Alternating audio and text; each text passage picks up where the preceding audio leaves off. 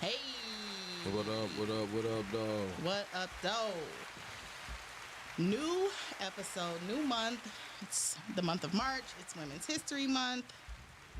Welcome to A Lady and a Savage podcast. I am Tosha. And I'm Chuck. What's going on with y'all today? Welcome back. If it's your first time here, welcome. We have a great show planned for you, so let's just hop right into it. Tonight's episode is being sponsored by Second Nature clothing brand. Second Nature is pretty dope. They create custom pieces, custom statement pieces for him and for her, so it's unisex. And with Second Nature, a trucker hat isn't just any trucker hat. As you can see. As our lovely model host, and he is top tier, okay? So it's not just any trucker hat once you add your own custom design. So be sure to contact Second Nature today and change any basic piece into a custom masterpiece. Definitely check them out. And then for individuals that's still looking to actually sponsor our episodes, please make sure that you email us at aladyandsavagepodcast@gmail.com. I'll be sure to respond to you. We have several different packages. And again, we want to shout out Second Nature. Definitely make sure you go check them out. Yes, their website is secondnature.com, and it's very unique spelling, so bear with us. It is S as in Sam, E-K-U-N as in Nancy, N, the number 8, T-U-R-E.com,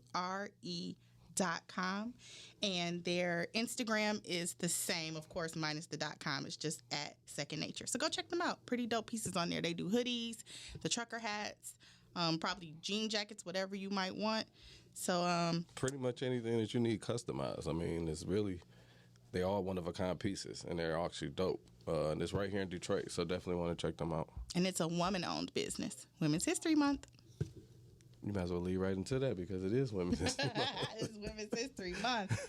All right. And so, I try to stay with my ears to the streets and hear what's going on. And so right now we are in a big situation with the world. There is a crisis going on with Russia and Ukraine and all kind of craziness. So Tuesday, they blew up Freedom Square, which is like the biggest squares, one of the biggest squares in the world in the Ukraine. And also there is a racial issue because they are, everyone's fleeing. They want to get the freak out of there. Who doesn't want to get out of there? They bombing things and blowing stuff up, but they are giving the Africans and the Caribbeans, pretty much anybody with the darker skin, a hard time getting out. Pretty much the same thing that goes on everywhere.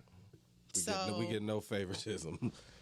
So for people who are sick and tired of hearing about racism, imagine being sick and tired of being mistreated because of racism. Which we can't get sick of it because every day we get reminded of who we are and we're proud of who we are.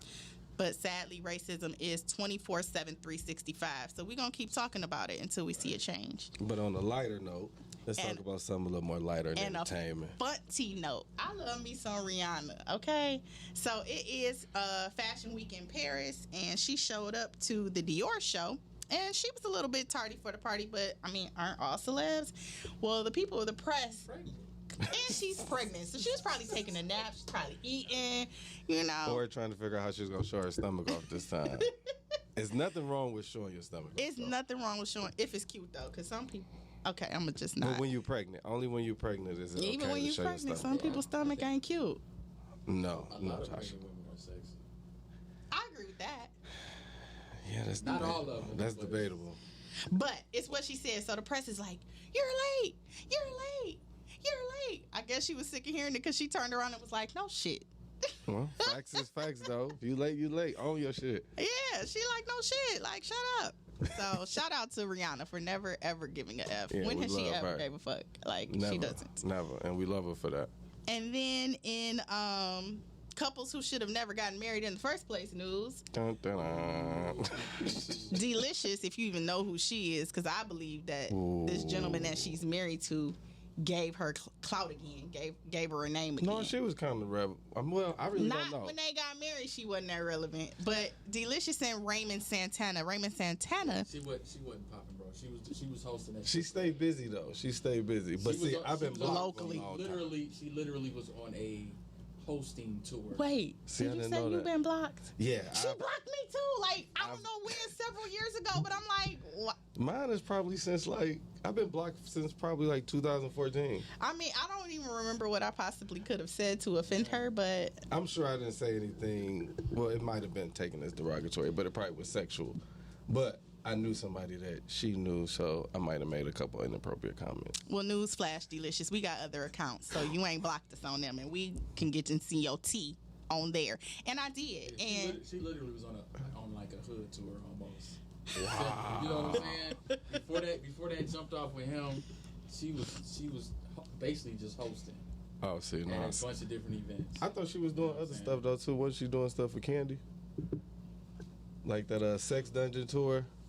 I didn't know if she was a part of the Sex Dungeon tour, but she did do, and this is only since she had been married to Raymond Santana, she did do the couples retreat. And so she had got kind of like, since moving to Atlanta and marrying him, she had got kind of chummy with Yandy Smith. Oh, okay. And so nothing much we need to be talking about. Yes. So it sounds like. Yes. So She got a anyway, point. He did make her relevant. You know what I'm saying? Because he did. People knew who his name because of the whole thing with the Central the Park. history. Part 5. Mm-hmm. And something like that, he gonna always have a name.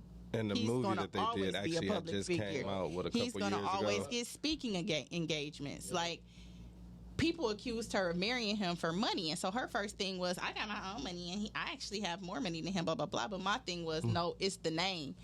It's getting you back out there and relevant, because regardless of what your pocketbooks look like, nobody's talking about you, Delicious, or thinking about you, sis. I was. Don't listen to her. You It's weren't. all You were right. blocked. That's okay. You said we all got ways though. Touche. Yeah, I mean, he got tightened up because of that court case. So she calls him a narcissist and claims that she's ready to tell her truth now. And so then this dude posts up saying he was her side dude. I saw that. And he was like, husbands and boyfriends come and go, but side dudes are forever. Big facts. And then he posts a video with them playing in the video and being friendly and fun. And Raymond posts up in the mirror like, I don't hey, want her, bro. I don't want her, bro. Hey, that's real though. But that is affecting that though. Side dudes do last a little longer sometimes when the situation is not right. And he also is the one who filed for divorce. So, like, rarely do I believe the man, but I believe the man. You didn't believe me when I filed for my divorce? You don't count. We're okay. family. I'm talking about. I was gonna say, like, I didn't think it was gonna last long anyway. Well, they got married in 5 minutes, and when you marry somebody with What's his 5 minutes? no, like for real, like a month. It was like 1 minute they announced they were a couple, and the next minute they were getting married, and then they got me. Like, it was really a whirlwind. Like, I'm not mad at anybody that marries fast. You know what I'm saying? But you can tell when somebody don't fit. Absolutely. You know what I'm saying? And that definitely The seemed vibe like an was odd like- pair. They looked at odd. And it felt like she was being real extra about it. Like, you know, we all in love and we this and we that. Yes. Like, she was super extra on social media. I'm like... And they were both posting left and right. It Like, was... he was posting because of her. Yeah, I'm sure. Yeah. He definitely was real more low key overkill. before he got But well. I will say this. Definitely was more low key. He wasn't posting a No. goddamn thing. He wasn't even on social media He like got that. up on his fitness, though, got that body together, and was like, I ain't mad at him. Hey, I'm good on you, Delicious. to each his own. We wish them both the best, though. I mean, it's unfortunate. She that, looked like a walk-in ad for I plastic would just say surgery. it's still unfortunate that 2 black people Yeah, didn't she work messed out. with You know. herself too much. Too much. What is that new nose?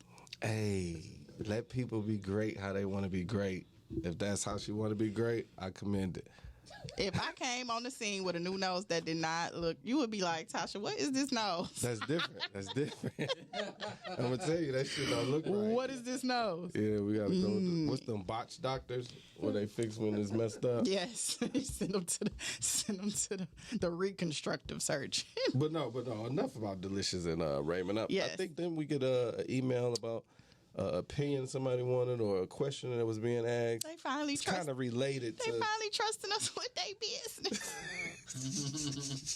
Ooh, or they kind of want to tell their business. ooh, we happy. Anywho, So tell us about that, because I definitely want to go ahead and get to our topic of the day, and we definitely got a special guest here that we want to make sure that we introduce, and then have that deep conversation that's very rarely had. yeah, this is from a gentleman, and he says, "I feel stuck. I've been with the mother of my 10-month-old for 3 years, but I've been unhappy for quite some time. It seems like all we do is argue, and the fact that I haven't asked her to marry me is a constant source of tension. I want out, but at the same time, I don't want to leave our daughter. What should I do? You go first. So this is a dude that sent this? Mm-hmm. So he feel trapped. Mm-hmm. Well, there's two ways that you could look at that. I've been in a situation where I didn't necessarily feel trapped, but as a man, once you take on an obligation, it's hard to walk away from that obligation. And sometimes arguments make it tough, but when you have a child in that situation, it makes it even harder because you don't want to abandon or separate yourself from your child just because you're having differences with your spouse. So I understand how they can feel stuck, but you should never allow yourself to be stuck. If it's that much pain on you, then you should definitely walk away. Okay, so I think even though I don't have kids, I think my advice is staying for the kids is a little dated for me. Like, how are you of service to your child if you're unhappy? Like, even if you're in that home, like if your being isn't happy or at peace, you can't even peacefully parent because parenting is a very hard job. And I think that, we go through a lot of things in life as adults that make life hard as it is. Mm-hmm. So, like, I don't think you should put yourself in a bad situation, even if your heart is good and you mean well because you want to be there for your child. And even if it's tough in the beginning when you do leave, like when I say tough in the beginning, I mean like working out the particulars, the co-parenting and all of that good stuff. But if you've been unhappy, because it sounds like they've been unhappy for quite some time, when you have a child or you bring a kid into that situation, it just adds more complexity to it. Right. And if you don't have that open communication, it could seem like the relationship is going further downward, but in reality it's in the same because you're not actually opening up and having those conversations. And that's interesting that he said that because it sounds like he would probably need the advice that we need to give in regards to if they decide to walk away, what that looks like and how is that going to be productive for their child, because that's what it sounds like he's concerned about. True. Plus, if she's wanting or waiting on a ring, she needs to understand that that's not going to make life perfect. Getting that ring, getting that marriage is not going to miraculously, because this man saying he been unhappy for and a good having that conversation is not about to make him get on bend the knee. Period. Like, when a man want to marry you, it should all be up to him. His decision, his timing. When he want to do it, you don't want to force somebody to marry you or give anybody an ultimatum, because 9 times out of 10, that's not going to work. I agree wholeheartedly with that. I want the person who proposed to me to want to propose to me. Exactly. And being that they need to go ahead and pack their bags and leave and probably find a new place, we need to start teaching them how to co-parent and talk about it. You're right, though. So we have a very special guest today. We have Randi Rossario Maples. She is an author. She is a strategist. And she is an influencer.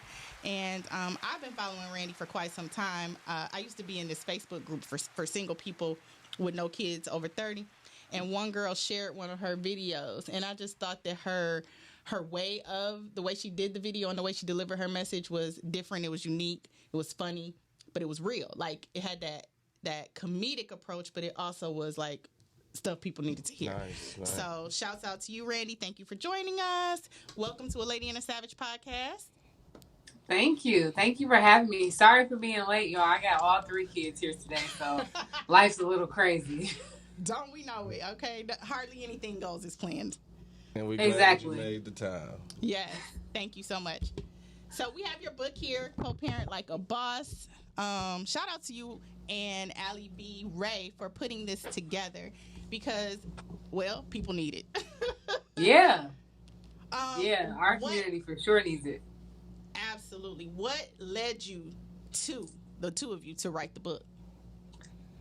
So I had the idea to write a step parent like a boss book like last year. And it was, a cool idea, interesting idea. But during this time, Allie and our relationship was starting to grow a little bit more. Like, we were starting to just be more considerate of each other and realizing, like, hey, no matter what, like I say in the book, we're family. No matter what we want to. I think we lost our sound for a second. Uh-oh. Bear with us because we definitely want to hear that. Yeah. She may have to log out and log back in. Womp. Sorry about the technical difficulties. Does she hear that if you say that though? We don't. We can't hear her, so. Oh, shoot. Well, while we're working on getting her sound back. Is she doing something? I don't know if she can hear it. Okay. It's a delay. Oh, okay. Okay, well, while we're working on getting her sound back, definitely want to shout out the book. I did get an opportunity to read pretty much 80% of it. Okay. I just started following Randi when Tosha actually told me about her because I wasn't a big social media person. And this was definitely an interesting perspective of two women actually saying their story and how they were able to mend and come together for the betterment of the child. And I thought it was also awesome how they left different inserts in there for best practices for couples or mothers and themselves and things and practices that they can do to actually build that relationship and focus more on the child. And I want to talk more about that as soon as we get her back.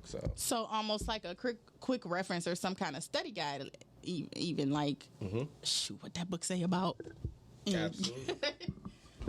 I think it was in chapter such and such. Let me go back. Absolutely. Gotcha. Yes. That's what's up. It's definitely dope. I wish at that time that I was dealing with my situation that this book was available because I would have bought it for several individuals to actually read it or read it with them. So what do you think makes co-parenting difficult? Is it the other parent, clearly, but like, is it when people say they got a baby mama versus a mother of their child, or is it when one of the people in the relationship isn't over the relationship? Like, what do you think wreaks the most havoc? I think the biggest point is something that was actually pointed out in the book is making sure that the focus is on the kids. Yes. And that was something that stood out to me that you don't really hear a lot of is making sure that you are having those productive conversations that's related to the child and sticking to the topic. So when that was pointed out as something to kind of reel somebody in or what to actually pay attention to, I thought that was dope for them both to address that. Big time. Welcome back. Thank you. I had to switch phones. Okay. No worries. That's what this is about. Technical difficulties and figuring it out and all of that good stuff. But welcome back. So what we talked about while you were away for a second is we actually talked about the book. I don't have kids, but Chuck has kids. So he read 80% of the book. He thought it was dope. He wished that it was around at the top of his co-parenting situation because he got a little one, but then the oldest is like 18 now. So he's 19. Oh yeah, so you got a grown up. Yeah. But so you were telling us though that you and Allie's relationship had begun to grow, so you thought maybe hold off on writing the step parenting book first.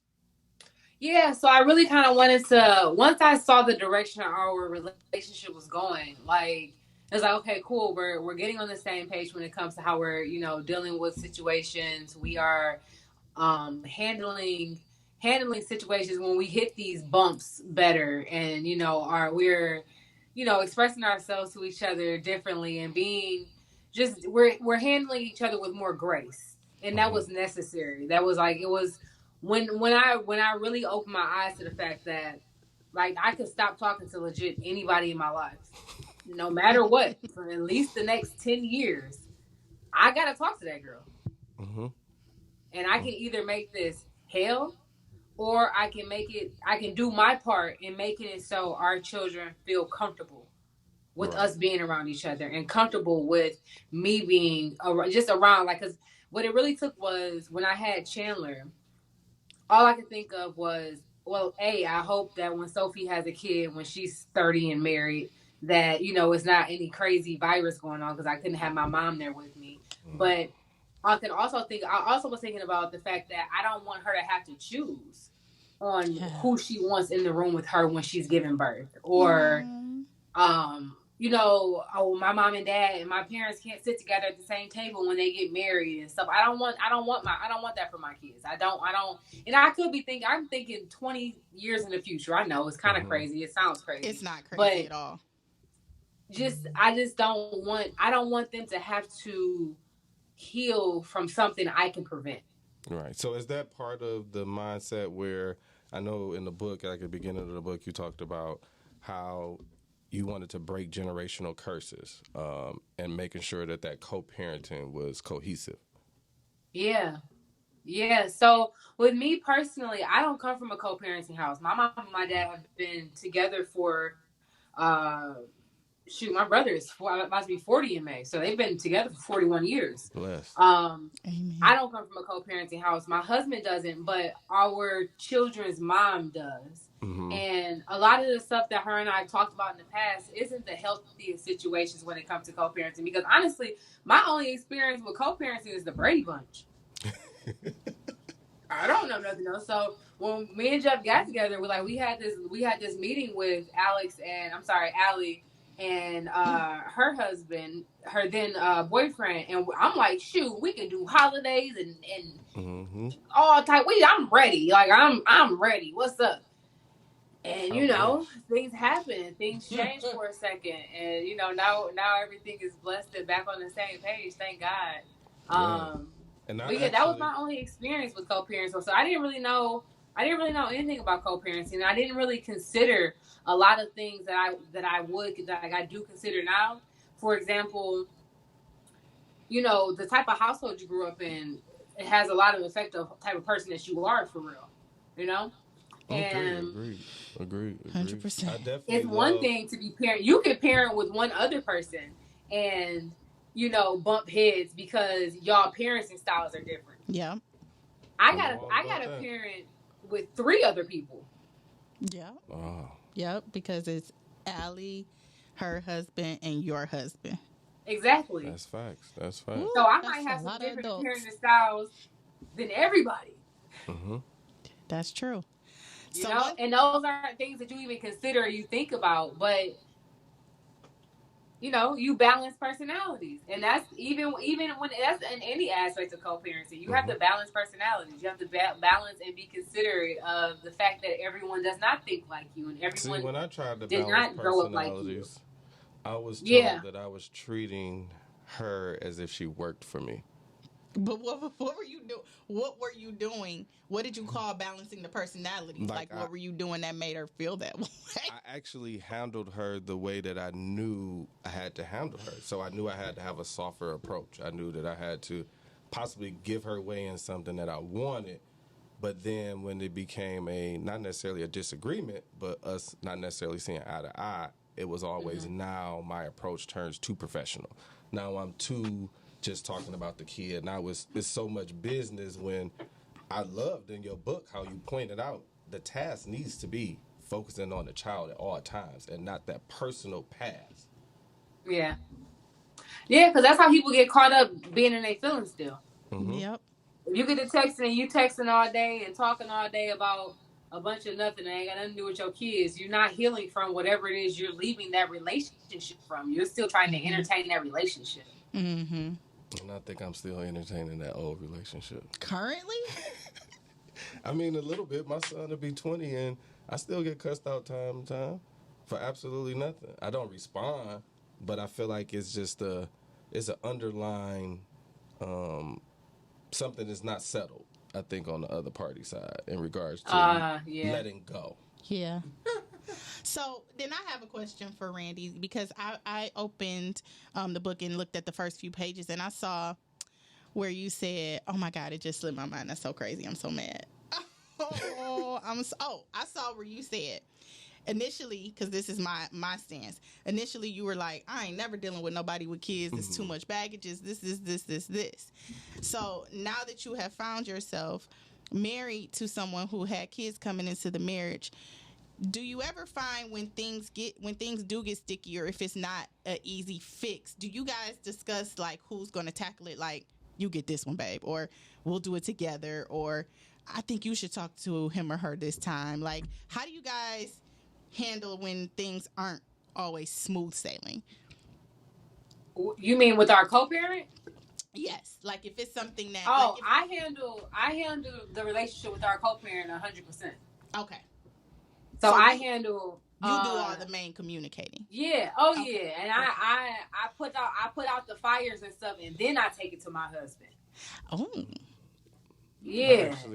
My husband don't even have to... Like, okay. he legit gets to focus. But I feel like I come from a very old school household. My mother handled the house. My mom also worked, but my dad worked. But my mama didn't have a life outside of me growing up, for real, for real. And I'm not saying I'm dedicated to my kids like that, but what I am saying is that I very much so believe it's a mother's job to be hands-on with the kids and making sure the stuff is good. And you know, birth mother or not, I'm still bonus mom is who I am, and my position in their life is very much so important.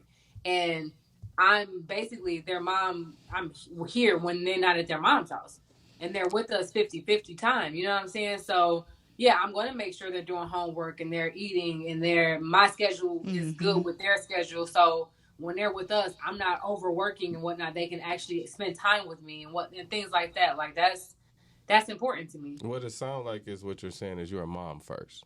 Mm-hmm. Yeah. You're a mom. Yeah, I'm a mom first and before anything. Homemaker goes hand in hand with peacemaker. Like I keep the peace around here, I keep the home around here. Yeah. I think that's beautiful. But I do think the one. Yeah, and luckily I've been able to work a career that goes hand in hand with that. Like it's really dope. Like even this new position that I just got, I'm working with a record label. Oh, fun! Congrats. We gonna talk about that publicly in a couple weeks. But yeah, working with a record label, and it's really dope because I still get to prioritize things the way I need to. Nice. And it's probably a few days a month where I have to be away, you know, a little later in the evening, unlike what I'm used to, but it's still really dope. Awesome. Do you think that there's a difference between a baby mama and the mother of my child? Answer carefully if you have to. No, because I call Allie my baby mama. Okay. But we do that cute, you know, jokingly now. But nah. They are the same thing. See, we look at it. I think I'm gonna speak from a baby mama probably is an annoying chick that was a oops situation from a guy. Not necessarily a oops situation, because I feel like my ex. A lot of those, though. That's what a couple guys said on the post, though. But my ex wasn't a real baby mama. Like that was my wife. She was your wife eventually. And then we got a divorce, but I think she has or had baby mama tendencies. Oh, so the baby mama tendency is the ghetto tendencies where it's all extra and I'm not gonna take care of me for life because I had your baby. He can't answer, Randy. I'm gonna answer. Yep. Yeah. Okay. For sure. Yeah. So I guess it's a difference, but I just want to. I'm not in either of those. I don't fall under either of those categories. I'm a wife. So right. Hey, that's what I'm talking about. Which it is a difference. It's definitely a difference. It's a difference. Yeah. Oh yeah. No, listen, man. There is nothing that anybody could have given me to make me push out a baby before receiving a wedding. Hey. Nothing. And that's no shade to anybody that did, because I know things happen, and that's dope that people don't all believe in abortion. But it wasn't for you. That's good, though. I mean, but you also said that you came from a 2-parent household. Yep. So that's part of the things that plays into your upbringing and some of the values that your parents was able to instill into you, that you held yourself accountable, that you didn't go down that road the wrong way or necessarily a hard way in some cases. But how do we in our community, Randy, continue to promote marriage, though? Because, like, I've seen on social media posts, like in the shade room and stuff, when they talk about, like, when certain people announce their pregnancies and maybe they aren't married and stuff. Like, for instance, when T.I. and Tiny's daughter announced that she was pregnant, and everybody was like, oh, you know, is she going to marry that guy? She's been with him for a while. And she was like, everybody doesn't have to rush to get married. And why do people act like marriage is so important? Like, marriage is harder than, like, she was speaking from a young, I don't know nothing perspective, but still, she's like, marriage is harder than having a baby. I mean, like, so why do you think so many people talk like they're anti-marriage and like co-parenting is the initial goal versus having a complete household and a family? Dang. Okay. Well, what do you think? Like, how do we as people, Chuck, like, I always try to promote marriage, and doing it the right way, quote unquote. Because some people get mad when you say the right way because they feel like there is no right way. But I've been pro-marriage and I've been against it. Like right now, I'm not necessarily against marriage, but I'm okay with not being married because I went down that road before. But do I want to get married again at some point? Absolutely. You say it all the time. Because the end goal is not to be alone. I don't want to be alone. I hope I'm not alone by the time I get a little older.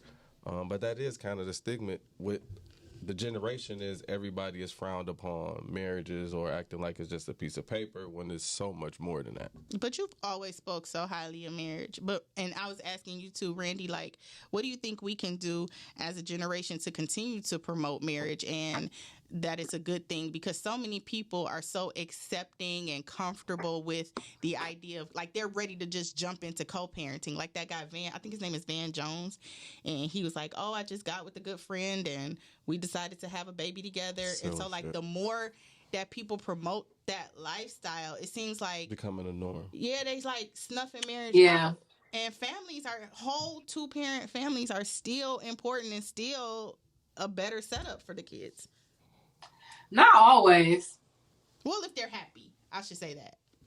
Yeah, and most time, a lot of people, it's sometimes hard work being happy. It is. And a lot of people don't necessarily be ready to do that work to be happy. But as far as promoting, marriage, I think honestly, first and foremost, we need to start talking to kids about why we don't want them to have sex. Honestly. Not saying, oh, the Bible doesn't say it, don't do it, or God gonna be mad. I mean, honestly telling them, yeah, you got the chance. Yeah, you rolling the dice with getting the STD. You rolling the dice with getting pregnant. But once you give yourself to somebody, you're literally going to be some way, somehow connected to that person forever. It might be you randomly just thinking about them. It might be you randomly listening to a song and that memory popping up in your head. It might be whatever it is. But if our parents, I think, if they would have took the time to explain it to us like that, like, yo, this is going to be like, this is some real shit, okay? This is going to be difficult. Can I say shit? Sorry. You can say whatever you want. All right, cool. So, yeah, this is going to be some real shit. Like, I feel like if they broke it down and kept it and, like, kicked it with us for real, I feel like it would have been received differently. But they be like, oh, God going to be mad. Or, like, okay, and he going to, he forgives, right? That's what the Bible says. So, right. Or like mine, just a real explanation as to why, it needs to be a deeper connection, and showing that a lot of our households are still very much so broken because, it was intentionally broken. Yeah. A lot of people are broken still right now because they were raised by broken people. So they're still raising more broken people unless they're intentionally doing the work. And us asking people to be intentional when they don't even understand the fact that they're fucked up and they're not woke and they sleep and they honestly are 75% pieces of shit is probably that's I have a better chance at teaching Chandler how to write a paragraph right now. Do we have a virtual collection plate to Pastor Randi? But that is for true. That good sermon. It's true. So, everyone who's listening, please continue to talk to your kids. I think that, like, we worry about overexposing kids, and there is a way to overexpose kids, but that you also do need to have open dialogue in your homes, because really with nowadays, like, I didn't grow up with social media, but these kids are growing up with social media, so it's like conversations have to be happening and quick. Either you're going to have the conversation or you're going to let someone else have that conversation with your child. Yeah, so you got to have it early, and I think that's the biggest point, is that most people think there's a time frame or age. As early as you think that your child is exposed to something is as early you need to have the conversation, whether they saw it on TV or, like you said, whether they learned it in school or they learned it on social media. The moment you think that they seen or learned something that you're not actually with or against, you should definitely have the conversation with them and explain the why. Man, the moment I understood that my son understood what his penis was and his butt was, it was, hey, no one touches this but mommy and daddy. Nobody touch. Like, it was, and I don't know if he understands that yet, but I'm instilling it right now. Yeah. So he's like a few months shy of 2, but he's getting them damn lessons. Oh, you got a long way to go. Long way to go. I can tell y'all many stories about conversations I had to have with my young son at 12, 11, 14. And it just seemed like every year the conversations got more adult.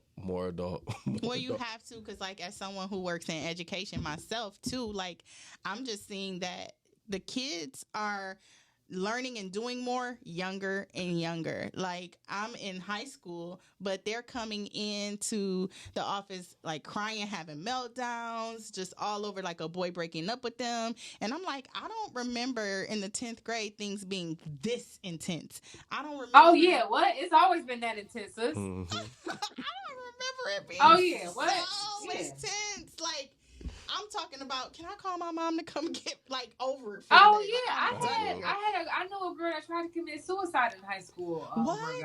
I had a girl try to kill me and her. Yeah, it's always been intense. That birth control had girls our age going crazy. I agree. It's always been intense. I've been pulled out of classrooms. Hell, I got jumped. God, I just be wanting to tell them, don't cry, baby. They all poor and lame. It's like, I'm just kidding. Yeah. That's a fact. But back to the really like the co-parents, and I really do think this is a dope book that you and Allie put together, because just to hear, is it Allie? I want to make sure I say her name right. Mm-hmm. But this is dope to have the both different perspectives from different households and upbringings, and to share that is actually deep, because a lot of people don't share their past or their history and then explain how they got to where they are and communicating from the differences that they had. So that's what I enjoyed the most, as far as me knowing what I've been through and trying to have that situation when I got into another relationship, and it just never got there. Damn. Yeah, it just never got there. So do you have any thoughts or insight or advice, Randi, for people who are still in the struggle, like who feel like they'll never get to a peaceful place? Of all days, we just gotta have. So, if anybody wants to call in, though, right, we got a couple minutes to get a caller real quick. Yeah, you know, I never forget. If anybody wants to call in and share their co-parenting story, ask any questions, or if you have any questions for Chuck because he's got kids, or for Randi, give us a call. We are at 248-854-9850, and we are ready to listen.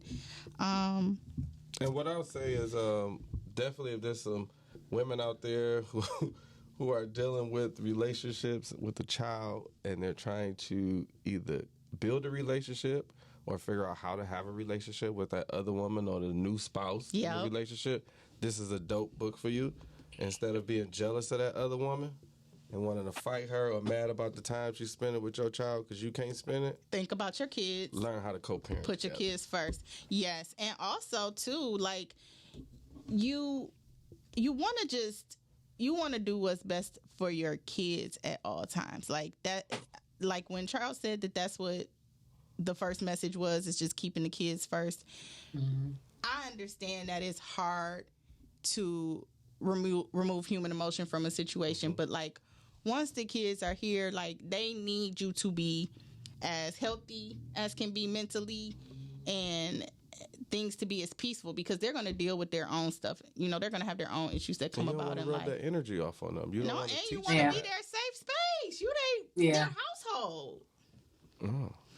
I would like the record to show that AT&T is a piece of crap. Okay. And we will support that message because they don't sponsor shit around here. Cool. Tell us and the listeners and everybody. I know Chuck knows where to get the book, but tell folks where to get Co-Parent Like a Boss.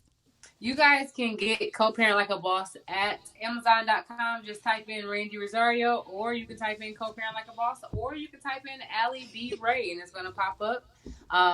It's a plethora of other books that's there written by me. So if you type in Randi Rossario, you'll probably see about 5 other books as well. I am going to have to come do an in-person interview with you guys, because I feel like this was like segments. Okay? So email me so we can do it in person, because this one AT&T was just like, yeah, fuck what y'all talking about. Well, you would definitely be welcome here anytime. We have a good time.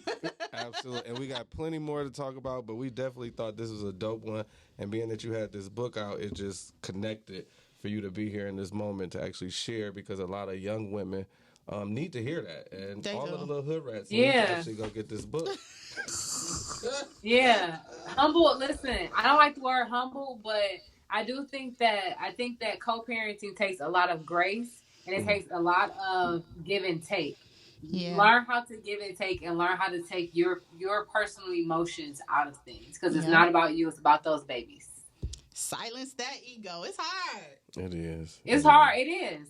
Listen, I literally tell my husband that the reason why I feel like I didn't want to have kids before marriage is because I literally would have been the worst baby mom in the world. Like, these are facts. Like, this is not a maybe. I would definitely have been that, oh, you got to take care of me because I had that baby for you. What? I genuinely look at life like giving life is like I'm continuing your lineage. I'm continuing mine too. Right. But I'm this baby got your last name. Yeah. Right. See, I'm the worst baby mom in the world. Flashback too. When she said that all brought back memories for me in regards to obligations that literally was not my obligation. Oh, what? Every bill would have been your obligation. I need a new car. I need some clothes. She said I need some shoes. I'm not going to work. I need all of that. I ain't going to work. Yeah. I'm supposed to have been everything, whether I'm there or not. I remember even when I separated, I was still referred to. You still my husband. Like, what? Period. What? Like, what are you talking about? Like, it's been 5 years. I got a whole bitch at the house. What are you talking about? So? That's between you and her. She know you married? Like, what? See? And that's the shit she would say. Do she know? Let me talk to her. Like, I wish y'all would talk and not me and you talk. Crazy bitches Annie up. Yes. Oh, God. Oh, man, that would have been crazy. Oh, man. Randy, we got stories. It's been a journey. I love crazy people. What's her name? Can I follow her on Instagram? No, you about to get me cussed out. I'm probably going to get cussed out for the little bit I told today. Yeah, you definitely are. I want to follow her, though. She sounds like a good time. No, don't get me wrong. She did the best that she could with what she knew. We are in a better place now, but we had some dog rough times. Like, we had some real beefs. I done got jumped on at the barbershop. All type of shit. What you do? I just got my son haircut the way I wanted to, and not the way she wanted me to. Oh, no. It was my birthday. Oh, God.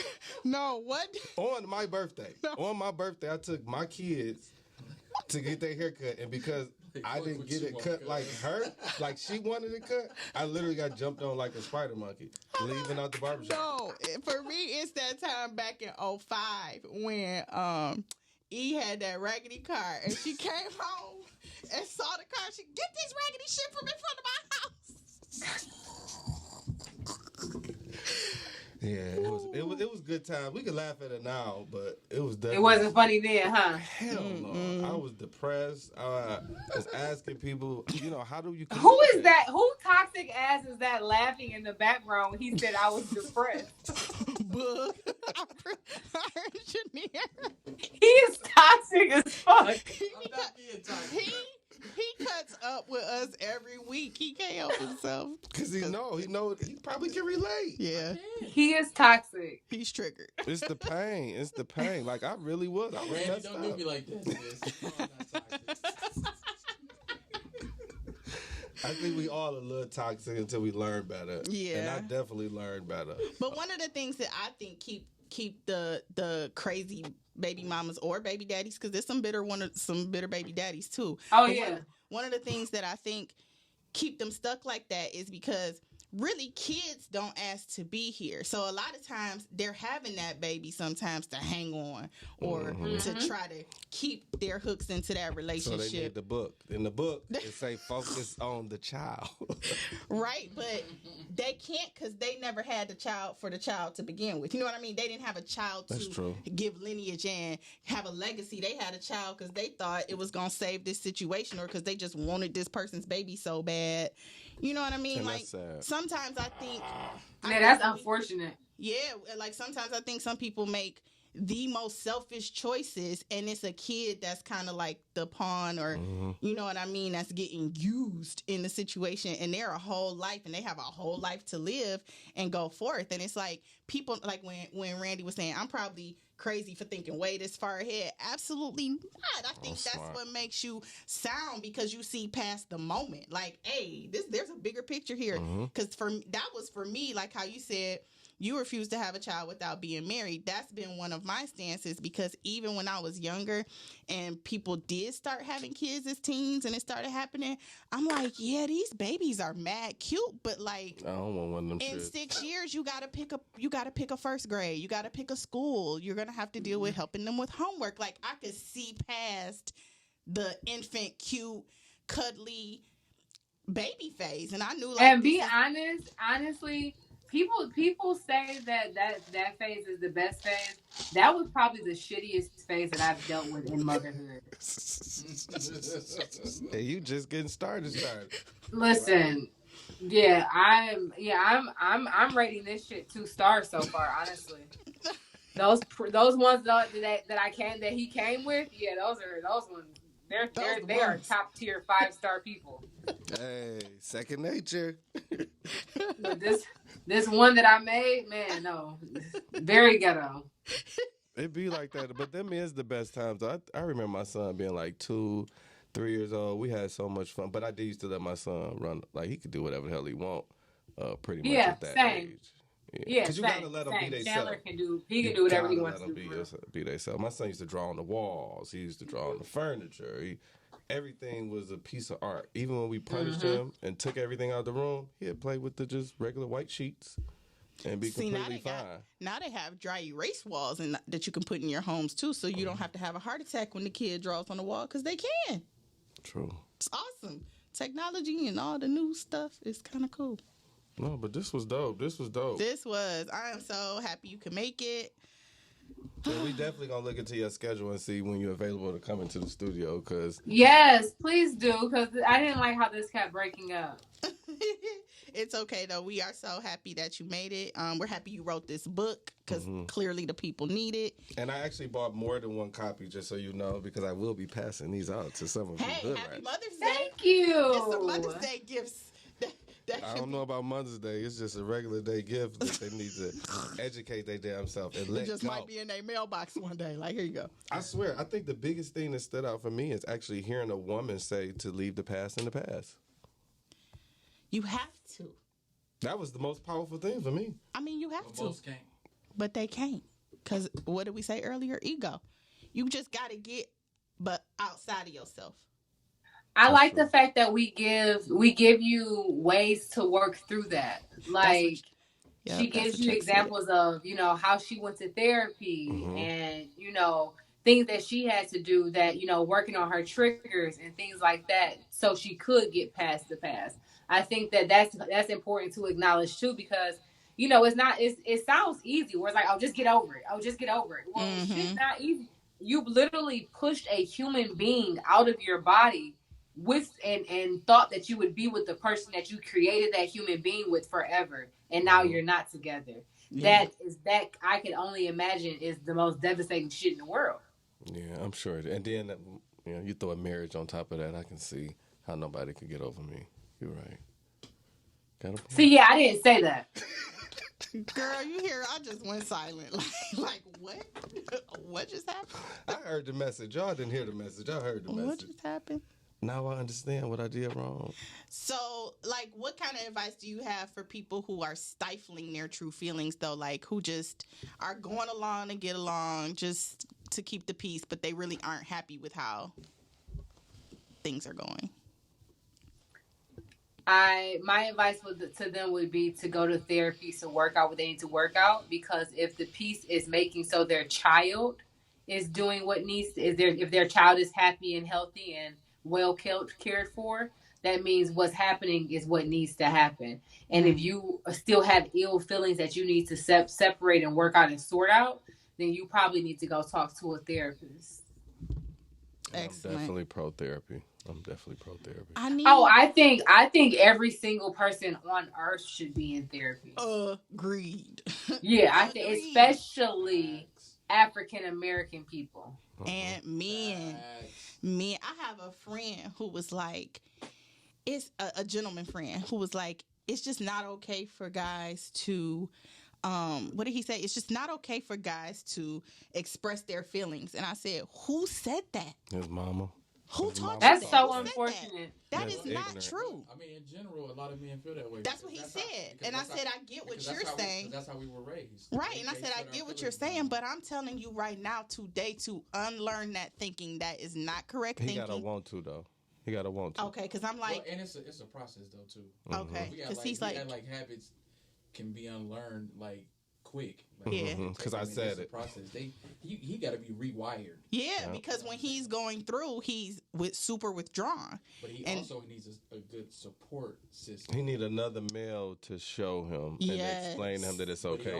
But he also needs whatever women are in his life to support that too, because that's typically what we need y'all for. Okay. When we don't get that from y'all, it's a letdown. We shut down. And y'all shut down. And pull it back. Yep. Huh? Wow. I definitely. I went to therapy for 6 years. That's why I'm still going. That's why my podcast is about mental health, because dudes, we deal with a lot of shit. Yeah. Y'all do, and just sit on it. Yeah. Raised that way, like you said. You raised that way. My mama didn't play that. Wasn't none of the emotion shit. We meet y'all. They be stopping boys crying. So that goes back to what I said. We have broken people raising broken people. A lot of the times, not even realizing their mentality is broken. And not serving that child and that little person to the best of their abilities that they can be. Big fact. Well, we're going to end it on a good note then. That one of the things that I've learned today is that it's okay. It's just simply okay. And if it's not, it will be. Yeah, it will be. But you got to want to learn it, and you got to do better by basically learning better. And it has to be a choice, though. It has to be an effort put into it. Yeah. Definitely. And we do appreciate our guests for coming. Yes. We definitely going to set that up for another show so she can come into the studio and we can have some real laughs and talk about some real shit outside of co-parenting that we like to do as adults. That's right. That's all I got. Where can they follow you at? Definitely you can follow me online at Randi Rossario. That's Rossario with 2 S's, RANDI ROSSARIO. All right. Thank you so much, Randi Rossario Maples. It was a pleasure having you, and we are happy to share your book. Thank you so much. Pick up Co-Parent Like a Boss, y'all. You're welcome. Pick it up. Pick it up. And do what's right for your kids. This is about the kids. Do what's right for your kids, y'all. Right. We definitely appreciate everybody joining in. We'll be here next week, same time, same place. We'll have a hot topic for y'all. Make sure y'all go ahead and submit y'all personal information if you want our opinion on some personal shit at Lady and the Savage podcast at gmail.com. I'm Chuck. I'm Tosh. We out. Peace.